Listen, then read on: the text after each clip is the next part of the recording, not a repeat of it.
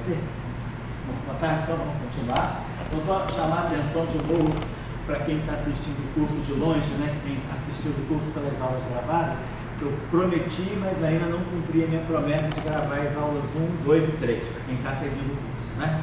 Eu estou organizando com o Tchalka, a gente marcar um dia aqui, um domingo ou sábado à tarde, fazer a maratonazinha das aulas 1, 2 e 3. O curso está disponibilizado no YouTube a partir da aula 4. E aí, como eu comecei a receber os vídeos, eu pensei que não tivesse interesse de ninguém assistir, mas aí o Tchalka me falou que tem gente assistindo, e aí me escreveram, perguntando das aulas 1, 2 e 3. Então, eu estou me comprometendo a gravar as aulas 1, 2 e 3. Dá para gravar em 3 horas?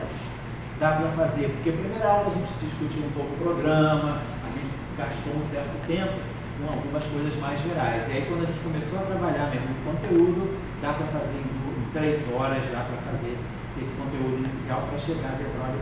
Então, a promessa está em andamento, né? Está cumprida em andamento. Bom, então hoje é a nossa aula 6. A gente terminou na aula passada, já terminou começando a falar das ondas planas monocromáticas da eletrodinâmica de Debrolho e Proca, para assim, evidenciar o caráter, né, não transversal da onda devido à presença do tempo de base. E depois a gente vai introduzir hoje, já começar a introduzir a eletrodinâmica anisotrópica. E também, claro, hoje eu vou falar um pouquinho da geração da massa, porque como a massa de prova pode aparecer a partir de um campo escalar. Bom, então vamos lá. Então, só recapitulando aqui rapidamente, vou colocar que a gente vai precisar fazer referência, né? As equações que estão aqui, né? A gente tinha o parâmetro psi, com dimensão, né, de comprimento a menos 2, né? Aqui. Bom, eu não vou deixar por enquanto, depois a gente coloca no. Então, lembrando só que é o campo elétrico volt por metro, isso aqui é 1 sobre 10, volt por metro quadrado. Aqui é volt. Então, esse psi tem dimensão de comprimento a menos 2, né? Dimensão psi é comprimento a menos 2. E aí, justamente, a raiz de psi tem dimensão de comprimento a menos 1.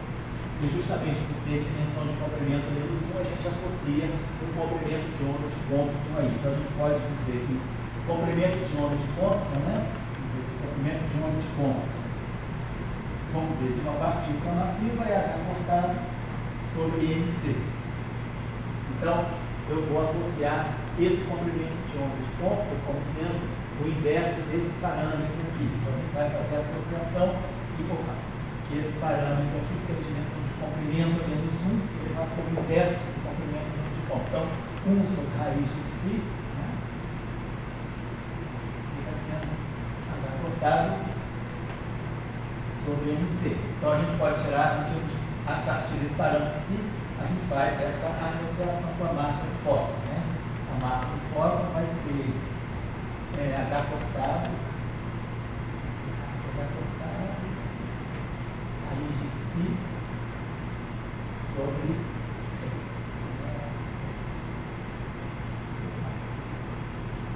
Então, vamos colocar assim. Então, a gente pode associar a esse comprimento de onda menos 1, né? Então, aqui é um comprimento, aqui tem dimensão de comprimento, então eu vou associar esse comprimento aqui com o comprimento de onda de Compton, daquilo que eu vou dizer que é o fóton massivo, né?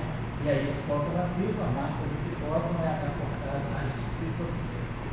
Então, foi assim que a gente motivou, né, o aparecimento desse parâmetro, o aparecimento de uma massa do fóton a partir de um parâmetro de dimensão comprimento a menos 2. Claro que a identificação não foi feita assim. Então, só o resultado. A gente derivou as equações de campo, ou melhor, derivamos até as relações de dispersão, ou derivamos as equações de campo, e a partir das equações de campo, a gente tirou a equação de onda para o campo elétrico e a equação de onda para o campo magnético, e aí aparecia uma combinação, aparecia um D'Alembertiano mais, né, aquilo que a gente associava com a massa do fóton ao quadrado, né, e aí a gente tirou essa expressão da massa do fóton em relação ao em termos de parâmetro com dimensão de comprimento a menos 1. Então, isso é só para relembrar. Aí a gente tem as equações de Faraday, Lenz, Ampère, de Gauss, magnetismo não mudam, né?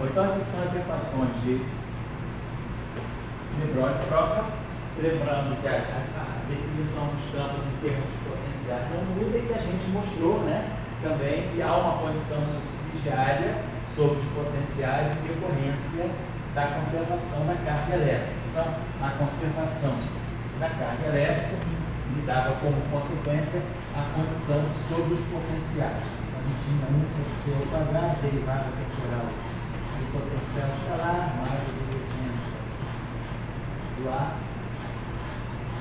cos.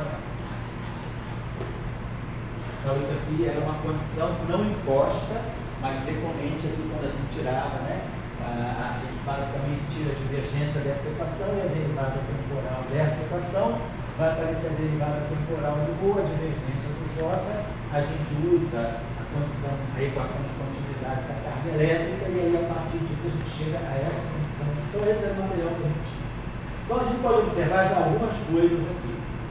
Por exemplo, né, nas equações de Maxwell, no vácuo, se a gente tiver no vácuo zero aqui e zero aqui, o campo elétrico é transverso à direção do movimento. A gente faz a expansão em onda plana e a gente vê lá aquele exercício que a gente fará nos cursos de graduação, de ver kappa escalar E igual a zero. Então, o campo elétrico e o campo magnético são ortogonais à direção de propagação, e daqui sai o campo elétrico e o campo magnético, tanto essa equação quanto essa, claro, sem isso aqui, no vácuo, os campos aí são perpendiculares entre si, e a gente tira aquela lei do triângulo organizado, né? É DK, DKE, KED. Então, tudo claro. Agora, com essa outra coisa que a gente chamou a atenção nas discussões anteriores, né, foi a importância do potencial. Agora, os potenciais filiar, eles deixam de ser meros, vamos dizer assim, como na casa de Maxwell, como a gente explicou da outra vez, meros artefatos de gauge, e eles passam a ser campos físicos. É a física que está no φ e está no A. O campo E e o campo B são consequências do φ do A, mas a física está completamente nos potenciais. Na aula passada a gente falou que também essa visão de que os potenciais são não físicos é uma visão muito classicista, porque na verdade, né, se a gente olhar a mecânica quântica, na mecânica quântica, quem comparece na equação de Schrödinger da partícula carregada interagindo com o campo eletromagnético são os potenciais. E aí, falando do efeito Aharonov-Bohm, existe um efeito depois que foi descoberto também, que é o Aharonov-Kasher.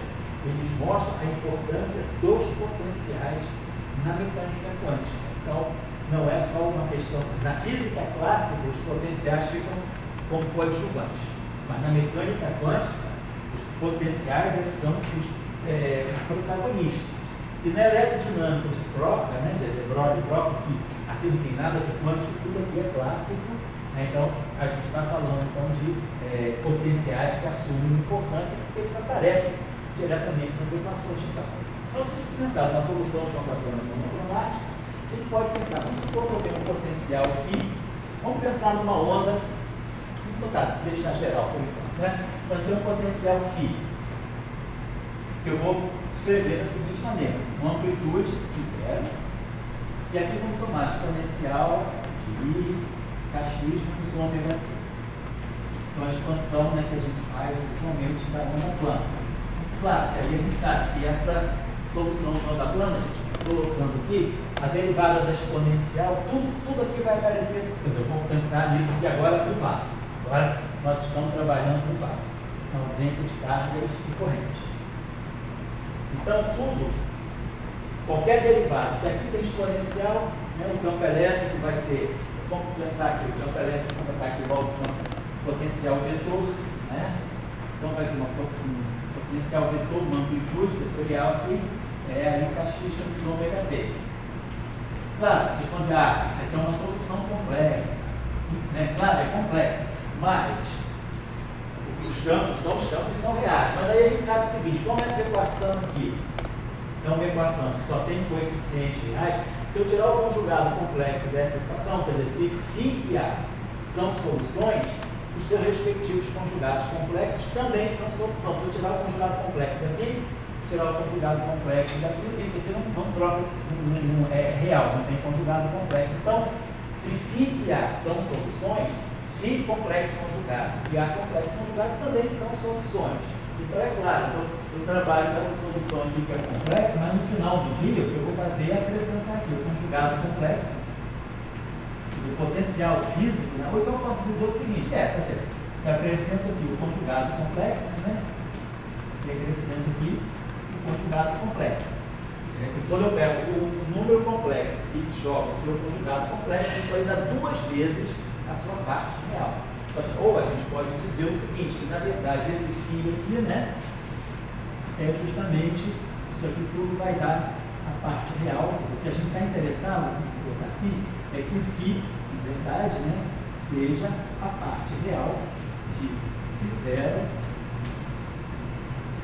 e a exponencial. Então a gente pode trabalhar com a solução complexa mesmo sabendo, né, que o campo é real. Mas por quê? Porque se a solução complexa satisfaz as equações, o conjugado complexo dessas soluções também satisfazem. Por quê? Porque quando eu tirar o conjugado complexo, esse parâmetro aqui, esse parâmetro aqui, esse parâmetro aqui, eles são reais, então não muda o sinal. Então, o conjugado complexo da primeira equação é divergência de E está mais si φ conjugado complexo do igual a zero. Então, E está, φ está, satisfaz a mesma equação que é aqui. Então, claro, se você é a solução complexa, o que me interessa é a solução real. Então, é só jogar o conjugado complexo e somar com os dificultores. A solução, a parte real, né, de um número complexo é sempre Z mais E está sobre 2. E a parte imaginária, que também é um objeto real, é Z menos E está sobre 2i. Então, isso aqui é a parte real de Z, e isso aqui é a parte imaginária de Z. Então, o meu campo é alguma coisa real. Só por isso que a gente vai trabalhar com a solução complexa. Mas, imaginando que os campos são reais. Agora, colocando aqui. Então, quando eu tirar a divergência, vamos tirar o campo elétrico. Então, o campo elétrico vai ser menos gradiente de φ, menos derivada temporal lá. Então, escrevendo dessa forma, quando eu tirar o gradiente do φ, né? Isso aqui são amplitudes constantes. Então, o gradiente dessa exponencial é I kappa, então eu vou colocar menos I kappa. E aí, atuando no φ0, claro, a derivada da exponencial é a própria exponencial, vou deixar para depois. E quando eu tirar a derivada temporal, aqui eu vou produzir menos I ômega. Então vai ficar menos DDT, menos I ômega, vai ficar mais I ômega a zero. E aí aqui, exponencial é I x menos ômega t. Lembrando que, né, φ0 e a zero são complexos também. Isso tudo aqui, eu posso pensar também, ao invés de fazer isso, eu poderia fazer assim, ó, φ, vamos dizer, φ0 é complexo, então φ0 tem uma parte real mais I vezes a sua parte imaginária. E a exponencial é cosseno, vou colocar assim, cosseno de kx menos ômega t mais I seno kx menos ômega t. Então eu também posso escrever, se eu quiser, posso escrever o meu φ dessa maneira. Aí aquele já fica explicitamente real. Vai ficar o φ0 com o cosseno, vai ficar a parte real do φ0 junto com o cosseno. E depois a parte imaginária vai juntar com o seno menos φ0 seno φ0 imaginário seno de kx menos 1 ômega t. O que eu estou dizendo é isso, né? Ou eu digo que meu campo, como eu digo aqui, φ é a parte real disso tudo aqui. Mas a parte real disso tudo aí é exatamente isso aqui. Ou então eu trabalho. É mais simples, né, trabalhar daquela forma, porque evita eu ficar carregando seno, cosseno, então está tudo implícito, né? Esse cara aqui, lembrar que isso aqui é complexo, isso aqui é complexo, essas exponenciais são complexas. Ou eu trabalho assim, dessa forma, ou eu trabalho daquele modo. Mas no final, o que importa é tendo a solução soma com o seu complexo conjugado, né? Então, ou seja, tira a parte real, multiplica pelo cosseno, parte imaginária vezes 100. Então, estou só colocando a solução. Então, isso aqui vai fazer o papel da amplitude do campo elétrico, amplitude complexa do campo elétrico. Então, isso aqui é como se fosse um E0, complexo também. Tá? Lembre-se que ele não é puramente imaginário por causa desses i's, porque esse φ0 é complexo. Então, esse i aqui, ele vai bater tanto na parte real do φ0, quanto na parte imaginária do φ0. Então, esse número é um número complexo, né? Então, é como se eu tivesse esse E0, ele é um E0 real mais um E0 imaginário. Né? Opa.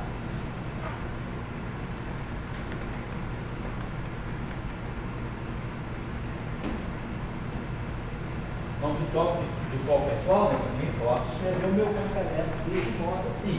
Posso dizer que o meu campo elétrico vai ser a parte real da amplitude é 0, vezes o cosseno de kx menos ômega t, e menos E0, vetor, parte imaginária, kx, né, menos ômega t. Lá, quando a gente usa equações de Marx, que fala de ondas circularmente polarizadas, basicamente a gente está fazendo isso. A gente pega, por exemplo, a parte real do E0 na direção x e a parte imaginária do E0 com componente y e com o mesmo módulo, de tal maneira que o campo elétrico forma um círculo, né, no plano de polarização. Quer dizer, o vetor do campo elétrico ele gira no círculo. Por isso que a onda é circularmente polarizada. Então, deixando assim, fica uma coisa. Se a polarização for linear, esse vetor é paralelo a esse. Então, eu prefiro, no primeiro momento, geral, trabalhar com aquela representação exponencial. Se depois a gente quiser estudar polarização, aí é melhor a gente trabalhar dessa forma, porque aí a gente já pode, né, separar uma onda circularmente polarizada. Imagina que eu pego uma onda kappa, propaga na direção z. Então, esse seno e esse cosseno vão ficar kz menos ômega t. E aí eu posso pegar, e aí eu sei que o campo elétrico e o campo magnético são ortogonais a K. Então, por exemplo, estão num plano xy. Aí eu posso pegar esse vetor na direção x, esse vetor na direção y, como uma onda circularmente polarizada, como no caso do Marx ainda, tá? Seria E0, vamos ver, E0 real, eu posso botar aqui uma amplitude, tá? E0 real, cosseno de kz menos ômega t na direção x e a mesma amplitude, o mesmo valor é 0 real, né? Seno de kz menos ômega t. Então, na direção y. Então, essa onda, esse campo aqui é o ortogonal ao K, então satisfaz a equação de Gauss, lá. Agora estou só dando um exemplo de Maxwell, né? Depois, claro, eu vou pegar o campo magnético, vai ser a divergência de B, então B também está no campo do plano XY, e aí eu vou organizar o meu campo B em função do campo E, através dessa equação aqui. Essa equação aqui me fixa a transformar, vamos dizer assim, a onda plana do B em função do E. A gente vai fazer agora, né? Mas só para chamar a atenção, porque aqui eu estou falando nas duas representações, né? Então, essa representação aqui é útil se a gente quiser falar já nos estados de polarização. Agora, em geral, para tirar só as relações de dispersão, é melhor a gente trabalhar com essa notação compacta, porque a derivada da exponencial é sempre exponencial. Então, tudo fica mais fácil. E lembrando que eu só sei a solução complexa, eu sei a solução real. Então, só para lembrar. Bom, então, agora tirar o campo magnético. O campo magnético é o rotacional de água. Então, vamos escrever o campo magnético nessa representação de onda plana também. A rotacional de água. Quando eu tiro o rotacional, né, aí eu tenho que tirar o rotacional disso aqui. Vai ficar rotacional de A0, que é o vetor. Eu não vou botar exponencial tudo para ficar E, kx, eu vou botar que eu gosto de uma função F. Esse F aqui está representando a onda plana, exponencial de kx menos ômega t. O que é o rotacional de um vetor vezes um escalar? Então, vai ficar. Então, lembrando aí, só para quem não está muito acostumado, né? F funciona k, dj, A0 k, F. Então é derivada J da componente kappa do vetor. Aí quando eu fizer essa primeira derivada, vai dar o próprio rotacional do ar. Vai ficar rotacional de A0 vezes F. Isso é o rotacional de um vetor vezes uma função escalar. O rotacional do vetor vezes a função, e aí depois essa derivada vai bater aqui. Aí vai ficar o outro termo, vai produzir. Vai fazer o produto vetorial, vai ficar dfj a 0k. Vai ficar mais o gradiente de f vetorial, produto vetorial com vetor. Claro, esse A0 é uma amplitude constante, então não tem rotacional nesse caso, né? Porque A0 é uma constante. Então eu vou ter que tirar o gradiente de f, que é o gradiente da exponencial, né? O gradiente da exponencial vai produzir I kappa vezes a própria exponencial, vetorial a 0. Então o rotacional de A vai ser I kappa vetorial a 0 e aí exponencial I kx menos ômega t. E aí então isso aqui é o que está fazendo o papel do nosso P0 complexo.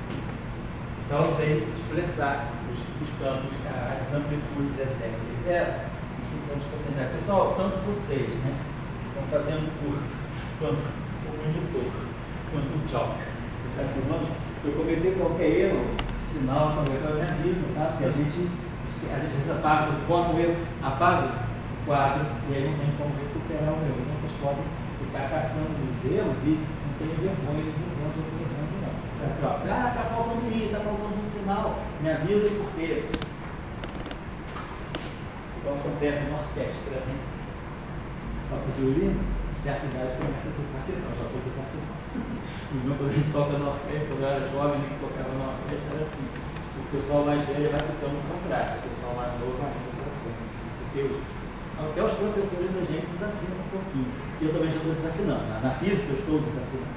Às vezes eu vejo isso com eles. Eu estou lá em casa fazendo cálculo, quando eu passo de uma página para outra, esqueço de botar termo, sabe? Então é desafinação. Então, como eu desafino, vocês me corrigem. Não tenho vergonha de dizer que eu estou errando, tá? Para evitar da gente carregar o erro. Muito bem. Então, temos isso aqui. Então, temos os campos e os potenciais. Então, a nossa ideia é trabalhar com os potenciais, porque não tem como, no De Broglie próprio, não tem como a gente fugir dos potenciais. Eles estão na equação. Quando a gente faz máxima, se vocês se lembram, a gente trabalha direto com a representação em ondas planas para E e B. Tudo que é E e B, os potenciais nem aparecem em geral. Claro que, se a gente for olhar, os potenciais estão lá. Deixa eu só voltar, pode fazer o paralelo, deixa eu fazer aqui, para mostrar que, às vezes, os potenciais, coitados, eles são muito penalizados na física clássica. Você vai sempre dizer, potencial não tem sentido físico, potencial não é importante na transformação de leis, mexe nos potenciais. Mas eles é que são fundamentais. A onda, o fóton não está no E e B, o fóton está no ar, né? Se a gente se lembrar bem, por exemplo, no caso de Maxwell, né? Quando a gente escreve, por exemplo, potencial vetor, né? Se a gente fizer a mesma coisa aqui para Maxwell, suponha que isso aqui seja Maxwell, e aí eu vou tirar o campo elétrico e o campo magnético. Tudo isso aqui funciona para Maxwell. Isso aqui é geral. Agora, quando eu colocar nas equações de campo, é que eu vou distinguir entre Maxwell e De Broglie próprio, né? No caso de Maxwell, por exemplo, né, quando eu pego o campo elétrico e a gente coloca na equação, fica K escalar é zero, né? Vou colocar agora a divergência de E igual a zero. Então, quando eu pegar a divergência do campo elétrico, eu vou pegar a divergência disso aqui. Isso aqui tudo é o meu é zero, né? Então vai ficar IK, isso é IK escalar é zero igual a zero. Tá aqui. Então, o campo elétrico é ortogonal à direção de propagação, como a gente já sabe, de longa data, né? E a mesma coisa vai acontecer com o campo magnético. Tiro a divergência do D, isso aqui é o meu B0, a divergência, né, vai produzir o I kappa escalar D0 igual a zero. Agora, vou pensar uma coisa. No caso do campo elétrico, por exemplo, se eu pegar uma onda plana se propagando na direção Z, como a gente tinha falado, né? Deixa eu apagar aqui. Então, a onda plana está se propagando na direção Z, então a exponencial vai pegar simplesmente Kz menos ômega t. E aí, quando eu tirar o campo elétrico, menos o gradiente de φ, né? Então, menos o gradiente do potencial. Então, vai ficar menos o gradiente, vai ficar menos A. Então, vou botar aqui só para ficar menos o gradiente de φ menos derivada temporal do A. E o campo elétrico tem que estar na direção x, y. O campo elétrico não tem componente z, porque a gente já viu. IK, vetor E é 0 igual a 0, né? Então, o campo elétrico ortogonal é a direção z, direção de propagação. Mas vamos olhar isso aqui em termos de onda plana, né? Então, nosso campo elétrico vai ficar menos o gradiente de φ. Vamos ficar φ0, gradiente é menos. Vamos tirar logo direto aqui. Quando eu tirar o gradiente, estou pegando a onda plana já na direção z. Então, derivada em relação a x, 0. Derivada em relação a y, 0. Então, o gradiente dessa função é IK φ0 acrópio exponencial kz menos ômega t, isso na direção z, né? Vou tirar o gradiente de φ. E mais, agora, menos a derivada temporal do A. Então, vai ficar mais i ômega a 0 é aí kz menos ômega t. E aí, isso aqui vai ter um A0 está livre, né? Então tem essa componente C, porém, né, como o campo elétrico é ortogonal à direção Z, ao da primeira, então isso aqui é geral. Agora, quando eu coloco isso na lei de Gauss, na equação de Gauss do campo elétrico, vou colocar IK escalar é 0. E aí vai produzir um φ0, né? Isso aqui vai produzir o produto escalar K com essa componente não é 0. Mas o campo elétrico, mas a equação de Gauss diz que isso tem que ser 0, não tem componente longitudinal. Então o φ0 é 0. Então na solução de onda plana, deixa eu apagar aqui, na solução de onda plana, quando a gente pega o campo elétrico e o campo magnético ortogonais à direção de propagação, o φ0 é 0. E aí eu tenho o meu A. Como tendo só componente x, eu botei então um A0 na direção x, exponencial de IKZ menos ômega t. Então, o meu campo A está totalmente ortogonal à direção de propagação. A0, x, x mais A0 IKZ menos ômega t. Então, o que eu quero chamar a atenção é o seguinte: o campo elétrico tem que ser sempre ortogonal à direção de propagação. No caso do Maxwell, fixa o potencial φ0 é igual a 0. Então, na onda plana maxwelliana, monocromática, eu só tenho um componente vetorial, eu só tenho potencial vetor. Então, o potencial escalar está fora de cena. A física está aqui, a física do fóton está aqui. Os 2 graus de liberdade do fóton estão aqui no potencial nesse plano. E observem que quando, né, quer dizer, quando a gente está falando, então, no caso especial quando a gente pode fixar o gate, né, então a gente pode escolher o φ0 igual a 0. Então a onda plana maxwelliana, ela já está organizada de tal maneira que esse potencial aqui é 0 e toda a física está aqui, os 2 graus de liberdade estão aqui. Então K, nesse caso aqui, o K está na direção Z, vai ser ortogonal a isso, vai ser ortogonal a isso. Então K a 0 é igual a 0. Então isso eu queria chamar a atenção. E muitas vezes a gente, quer dizer, no Maxwell a gente trabalha diretamente com os campos, não com os potenciais.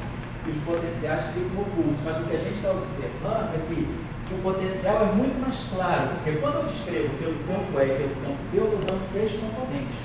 O campo elétrico tem 3 componentes e o campo magnético tem 3 componentes. Então eu estou dando 6 coordenadas para descrever a propagação da onda, né? Quer dizer, o que é o campo? O campo nada mais é do que um conjunto de os campos são coordenadas que descrevem certo sistema físico contínuo. Nesse caso, o que é o sistema? É a onda eletromagnética, carregando energia e momento. Eu parametrizo essa onda por meio de 2 campos, o campo elétrico e o campo magnético, 6 coordenadas. Mas o fóton só tem 2 graus de liberdade. O fóton é transverso. O fóton tem spin 1. Spin 1 significa 3 componentes, né? quando o objeto tem spin, você lembra da mecânica quântica, né? O número de componentes do objeto é 2s mais 1. Então, o número de componentes físicas do fóton deveria ser 3 e não 6. Eu estou dando 6 coordenadas, é e B.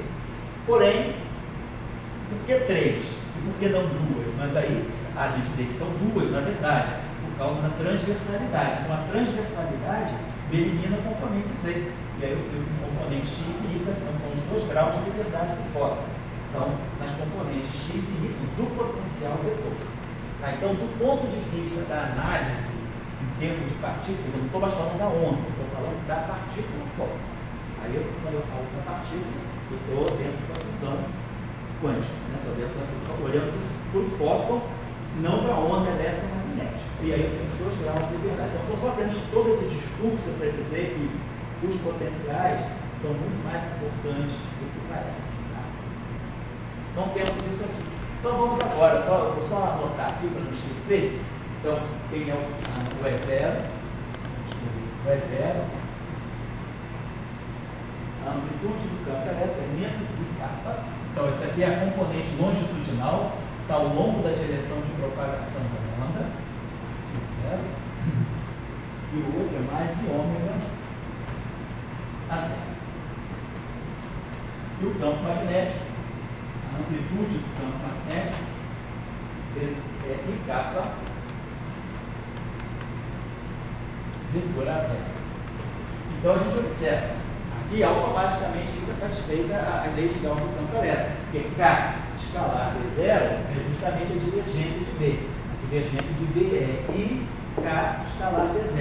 I K escalar B0 é 0. Esse vetor aqui é ortogonal a K e é ortogonal a 0. Então, o campo magnético já está bem fixado. Né? Então, isso aqui são as amplitudes. Se a gente agora vai trazer equações de vetor aqui, agora a gente fixou os campos, né? Então a gente está observando a diferença, né, em relação a Maxwell, é que o fóton de de Broglie e Broca, ele não tem 2 graus de liberdade, ele vai ter 3 graus de liberdade. Por quê? No caso de Maxwell, esse desaparece. Porque o campo elétrico não tem componente longitudinal ao longo da direção de movimento. Então sobra só o A0, que é o ortogonal.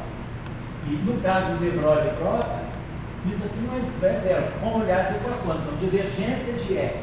Então, vai ficar I, K, escalar, é 0. Exponencial, I, Kx, menos ômega t. Estou tirando a divergência do campo elétrico. Lembrando, então, só para reproduzir, perder de vista. E igual a 0 complexo, né? Exponencial de Kx menos ômega t. E D igual a D0 exponencial de Kx menos ômega t. Então, porque esse Kx, essa exponencial, ela não aparece em todos os termos. Então, no final eu posso cancelar. Então, aqui, divergência de E, K, etc. Mas se fizer exponencial de Kx menos ômega t.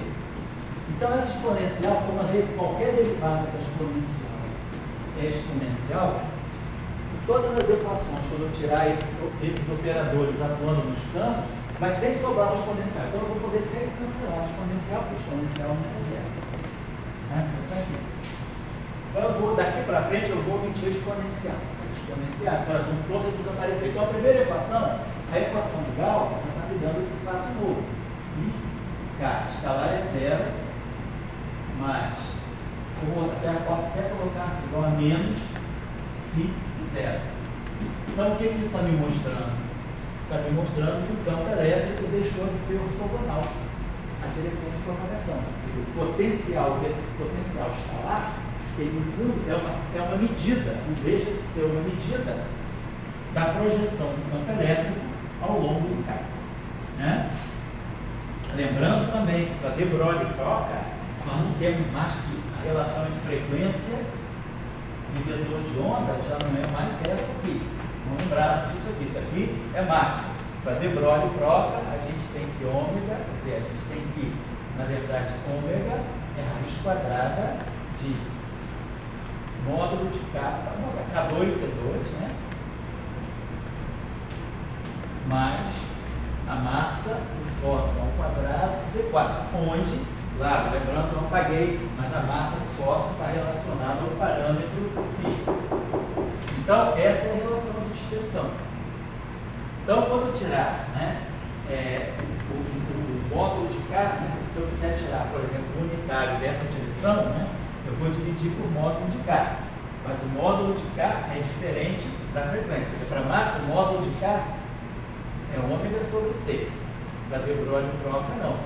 O módulo de K, né, tem que sair daqui. Ele vai ficar ômega 2 menos N2 C4 sobre C2 igual a K2. Tá? Então, só para lembrar, não usar isso aqui quando estiver falando de de Broglie troca. De Broglie troca é por isso que a gente obteve, no caso de Broglie troca, a gente obtém que ômega sobre K, né, aliás, velocidade de fase, né, é K sobre ômega, né?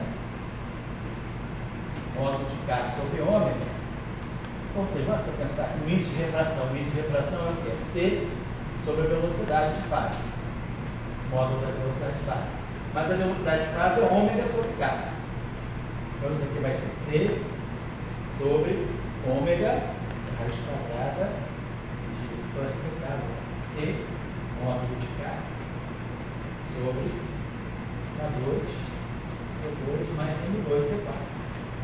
Então, daqui, o índice de refração de uma onda de de Broglie troca, ela já não vai ser tão livre, né? Ômega sobre K vai ser ômega sobre K, é isso aqui. Então, o índice de refração não é 1, né? Porque se fosse o caso de Baxter, a velocidade da fase é ômega sobre K, aí sobe Kc igual a ômega, fica 1. Aqui não. O índice de refração vai depender do módulo de K, mas o módulo de K é 2π sobre o comprimento de onda. Então, o índice de refração depende do comprimento de onda. Então, isso faz com que a onda de de Broglie troca seja dispersiva, né? A velocidade de uma certa frequência ou de um certo comprimento de onda depende desse comprimento de onda, dessa frequência. Não é universal, não todas as frequências. Então, a onda infravermelha, a onda ultravioleta, a gente vai ter, então, só olhar aqui, né? Quem é que tem, comparar, quem é que tem, à medida que a onda, vamos dizer, tem frequência maior, ou seja, comprimento de onda menor, frequência maior, um K maior. Então, quanto maior o K, esse termo aqui, né? Quer dizer, se a onda tiver uma onda de altíssima frequência, esse termo aqui começa a ser desprezível. Então, para altíssimas frequências, o índice de refração tende a 1. Mas para frequências muito baixas, né, esse termo aqui pode ser até dominante, né? M2. Então, a frequência vai crescendo, né? Ou, desculpa, o índice de refração é grande, é maior para frequências baixas e tende a 1, né? Para frequência, aliás, o índice de refração é maior e vai tender a 1 para frequências muito altas, porque para frequências muito altas o K é muito grande, né? Alta frequência, alto K. Porque isso aqui começa a ser desprezível. K muito grande, frequência muito grande. E aí o K é muito grande, se ele despreza, fica aproximadamente 1. E depois, para os outros índices de refração, esse valor aqui, né, tende a ser maior do que esse. O índice de refração está dando menor do que 1. Então, isso eu queria chamar a atenção, a questão da dispersão. Então, nesse caso aí, então, lembrar sempre que não misturar as relações de dispersão. Estou dizendo isso, parece simples, mas é porque uma vez que ser referente a um trabalho, né, eu ouvi uma pessoa de não sei, e não foi eu que assim, vou comentando erro de ninguém, mas assim, são disputas que acontecem. O autor, os dois autores, eles faziam certas manipulações e no final eles estavam obtendo um resultado estranho, porque eles estavam usando a relação ômega igual a módulo de K vezes C para fóton massivo. Para fóton massivo, não é ômega igual a KC, é essa relação de dispersão aqui. É um descuido que pode acontecer. Então, estou só chamando a atenção de vocês para isso. Muito bem.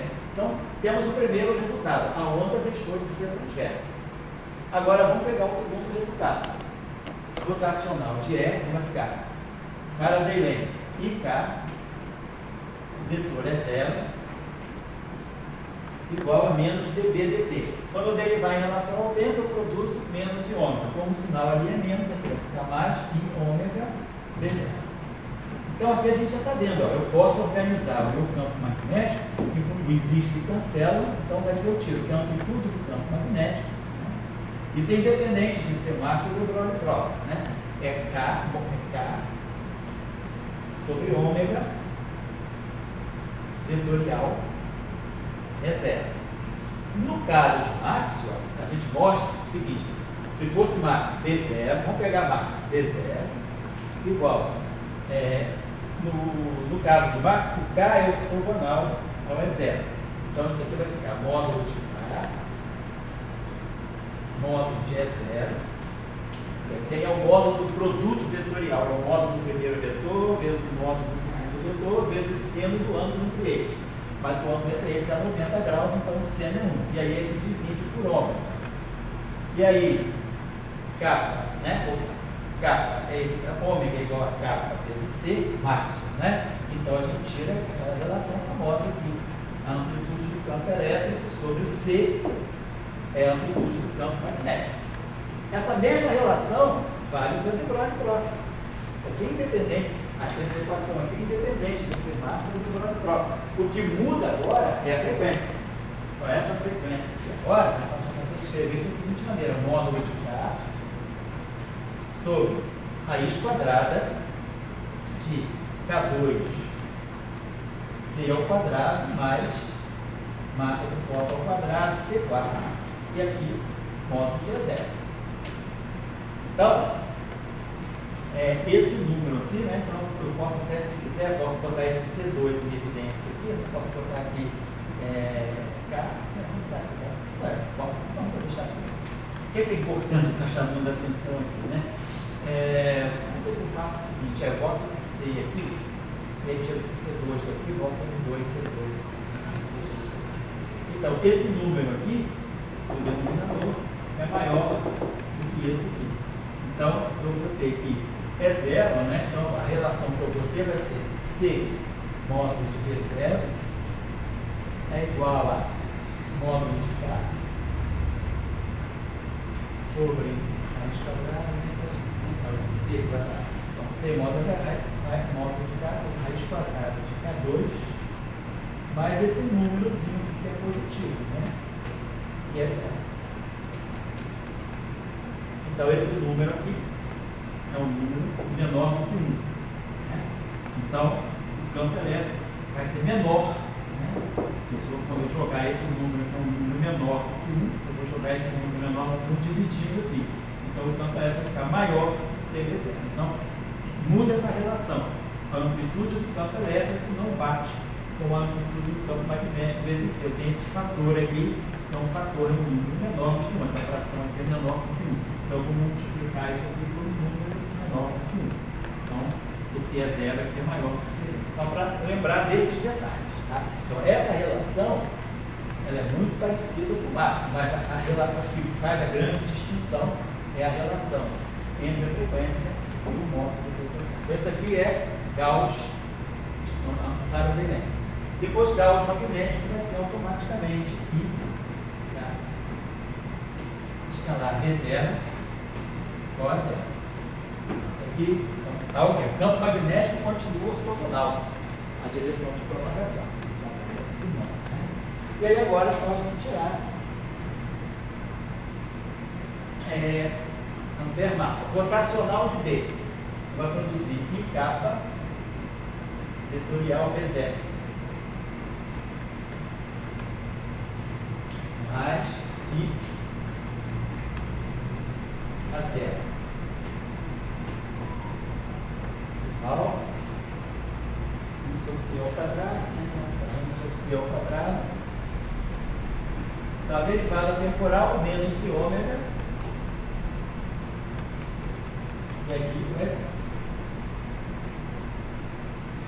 Perfeito. A gente agora pode, se quiser, expressar esse D0 aqui, né, em função do E0. Vamos colocar aqui vetorial B0. B0, então, até aqui é capa sobre ômega vetorial E0. Tá? Tá aqui. Substituir isso aqui. mais si a zero. Vamos daqui a pouco lembrar uma outra coisa. Igual a menos I ômega sobre C ao quadrado é zero. Tá legal. A gente pode agora pensar o seguinte. Essa relação aqui. Vamos olhar essa relação aqui. 1 sobre C ao quadrado. Vou colocar aqui. Pegar a relação subsidiária. 1 sobre C ao quadrado. Derivada temporal do zero. Menos I ômega zero. Mais divergência 4. Mais I kappa escalar a zero igual a zero. Então a gente aqui já fixa uma relação, né? Por exemplo, entre o zero e aqui vocês poderiam pensar o seguinte: o que eu posso fixar? Como a frequência é sempre diferente de zero, né? Porque ômega é raiz quadrada de K2, blá blá blá, né? Então esse ômega tem sempre uma frequência no outro. Então eu posso dividir tudo por ômega e escrever o zero em função do K é zero. Eu posso escrever. Então aqui eu posso, de uma certa maneira, então eu tenho campo elétrico é zero aqui, potencial a zero aqui, campo elétrico é zero aqui. Eu posso, através dessa relação aqui, fixar o meu φ0, né? Em função do A zero. Então, posso fixar o φ0 em função do A zero. Eu vou botar aqui. Esse cis aqui se cancela. Vou fazer assim. Então, vai ficar menos. Então, agora eu estou usando aqui, né, na Gauss, Gauss do campo elétrico, essa equação aqui, se eu quiser. Então, vai ficar menos que si. Quem vai ser φ0? φ0 vai ser, esse sinal aqui é menos, né? Então, vou botar mais aqui e menos aqui. Então, vai ficar menos se φ0. φ0, então, vai ficar kappa escalar a zero. Kappa menos que si. Tá? Fizemos kappa escalar a zero. Kappa escalar a zero, C2. C2 sobre ômega. Então eu posso escrever essa relação aqui. Então eu tenho uma relação que vai me fixar kappa escalar a zero, kappa escalar a zero, né?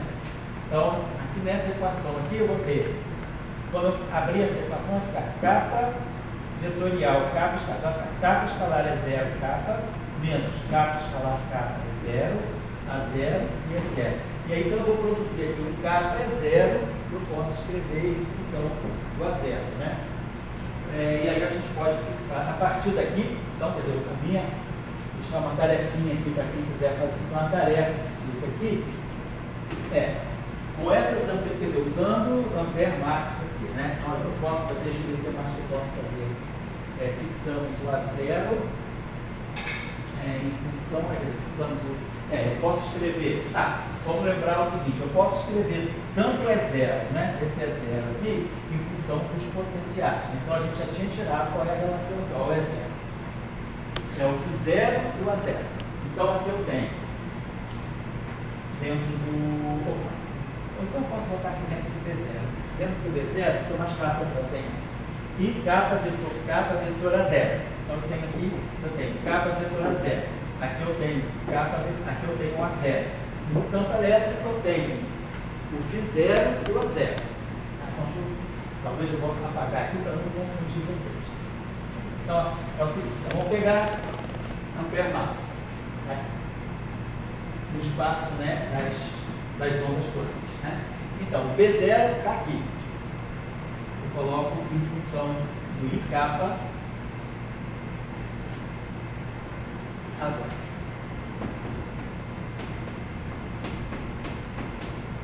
Aqui eu tenho o A0 e aqui eu tenho o E0.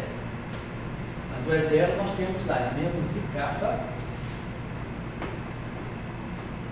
φ0 mais I ômega a zero. Então, eu tenho.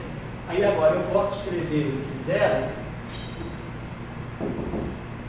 em função do kappa a zero. Estou escrevendo φ0, né? Então está aqui.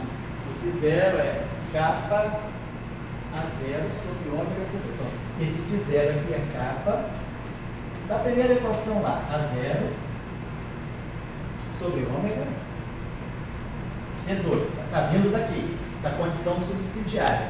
Então a equação de Ampère-Maxwell, ela está me dando esse campo magnético aqui. Mas aí esse campo magnético aqui, por definição, é rotacional já. Então boto tudo a zero. Aqui já tem um a zero presente. No lugar da amplitude do campo elétrico, eu estou substituindo os potenciais, as amplitudes dos potenciais. φ0 e A0. Mas aí eu posso escrever o φ0 em função do A0. Então eu tenho uma equação aqui que é totalmente para A0. Então a tarefa que vai ficar para vocês é o seguinte: essa é a equação vetorial. Então eu tenho aqui o vetor A0, aqui eu tenho esse produto vetorial, e aqui eu tenho o A0 direto. Então essa equação aqui vocês vão poder botar na seguinte forma. Então deixa eu só lembrar, essa substituição aqui vem para cá. E aí aqui eu substituo um φ0. Então é uma cadeia de substituições. Mas por que eu quero isso? Eu quero obter uma equação só limpa para o A0. Porque aí essa equação para o A0 vai ter uma forma matricial. Nós vamos ter uma matriz M e J atuando na componente J do campo A0. Essa equação pode ser reduzida a essa forma matricial. Onde, claro, quem é a matriz M e J? A matriz M e J vai ser formada a partir de psi vezes a identidade e vão sair termos daqui. Ômega vezes a identidade, aqui vai sair K, vetor A0. Então vai sair aqui o K escalar K a 0 mais K escalar a 0. Então essa matriz aqui vai ter a seguinte forma. Ela vai ter a forma da identidade, vai ser ΔJ, mais uma matriz aqui, que vai ser formada por KI, KJ, ômega, etc. Então, mas o que eu quero, qual é a tarefa? Então é reconduzir, a partir dessas substituições que já estão indicadas, chegar a uma equação matricial para a componente J do A0, ou seja, uma equação matricial. Tem um sistema de equações que é homogêneo e eu tenho uma solução não trivial, quer dizer, a onda está se propagando, então o potencial vetor não é zero. Então, para esse sistema aqui ter solução não trivial, é preciso que o determinante de M seja zero. Um sistema, né, linear de equações, de N equações e N variáveis, ele vai ter soluções não triviais se o determinante da matriz do sistema for zero. Então, como eu consigo reduzir esse problema todo a uma matriz, a uma situação dessa forma, né? Eu vou tirar o determinante dessa matriz. E aí, quando eu tirar o determinante dessa matriz, o que essa matriz está envolvendo? Ômega, psi, K. Eu vou tirar o quê? Vou tirar a relação de dispersão. Então, vocês podem reobter essa relação de dispersão, ômega igual a raiz quadrada de K2, C2, mais a massa do fóton ao quadrado C4. Lembrando, claro, vocês vão depois usar aquela relação que liga o psi com a massa do fóton. Mas a gente vai chegar exatamente nessa relação. Então, essa relação de dispersão, ela sai, a gente já tinha visto essa relação de dispersão diretamente das equações de onda, foi na segunda aula, a gente fez as equações de onda para E e para B, e agora a gente está tirando a relação de dispersão via análise das ondas planas monocromáticas. Então eu escrevi todas as equações de De Broglie e Torta, lembrando desse fato, né? Aqui, por exemplo, em nenhum momento eu usei essa relação de dispersão. Eu estou só dizendo que o ômega não é módulo de K vezes C. Ômega é alguma coisa que eu quero calcular. E aí a gente tira essa relação aqui no final do dia, dessa relação, esse sistema, quer dizer, essa equação de Ampère-Maxwell combinada com Gauss elétrico, né? E é combinada com Gauss elétrico, não é com Gauss elétrico, é combinada com a condição subsidiária. Então, Ampère-Maxwell dá D0, A0 e D0. Mas aí, essa condição, exatamente, essa condição aqui, e fixa o E0, o E0 está lá, a amplitude do campo é zero, e aí eu vou usar agora a condição subsidiária. Então, desculpa, é só De Broglie, é só Ampère-Maxwell e a condição subsidiária me levam a esse sistema. E aí, desse sistema aqui, eu chego à conclusão que o determinante tem que ser zero para ter soluções não triviais. Aí, ao calcular o determinante dessa matriz, a gente vai encontrar isso aqui. O determinante dessa matriz vai me dizer que o ômega 2 é igual a isso. E aí a gente, mais uma vez, tira. E aí a gente, de novo, tem a velocidade de fase, tem a velocidade de grupo, tem o índice de refração, a gente tira. Então, essa é a primeira tarefa. Só fazer esse exercício simples de verificação. A segunda tarefa, que eu vou deixar também para quem quiser fazer, é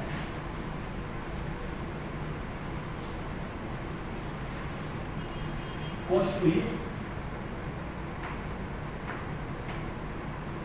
Então, essa foi a tarefa número 1. E a tarefa número 2, vou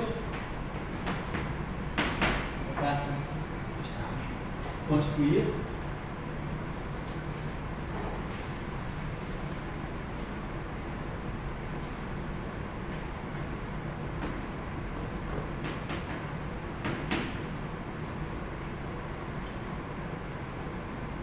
você que é especialista em tensor de energia momento, a gente calculou já nas aulas anteriores o tensor de energia momento, o tensor de momento linear, e aí a gente tirou a derivada temporal do tensor de momento linear para tirar a lei de força.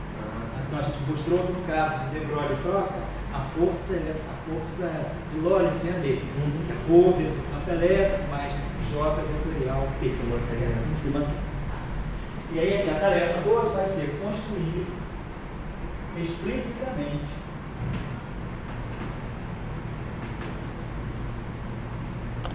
soluções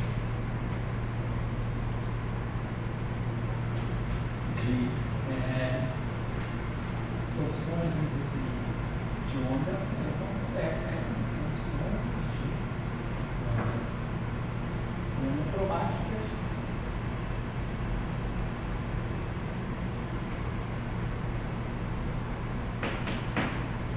com polarizações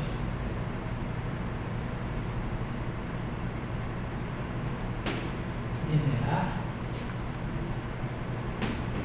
circular e elíptica.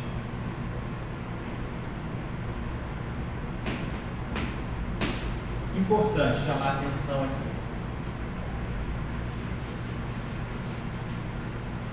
Então, isso é só construir soluções.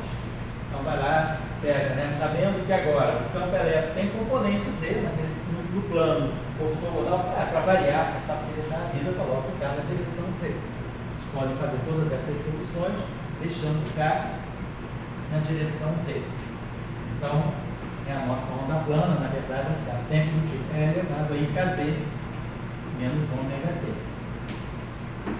Aí a gente vai ter o campo magnético no plano XY e o campo elétrico no plano XY, mas com uma componente C. O que a gente quer é construir soluções que tem, vocês mostram como é que vai ser uma solução polarizada linearmente, circularmente, elipticamente, o de sempre.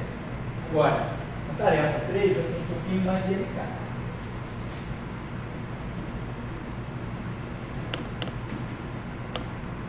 A tarefa 3 vai ser, vamos considerar duas soluções circularmente polarizadas.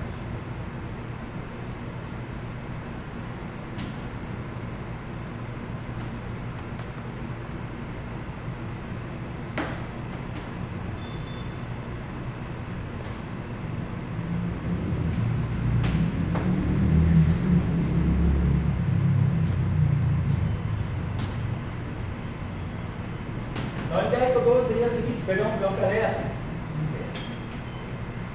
pegar o campo elétrico vai ter o seguinte, na direção X, né, vamos botar assim, não é zero,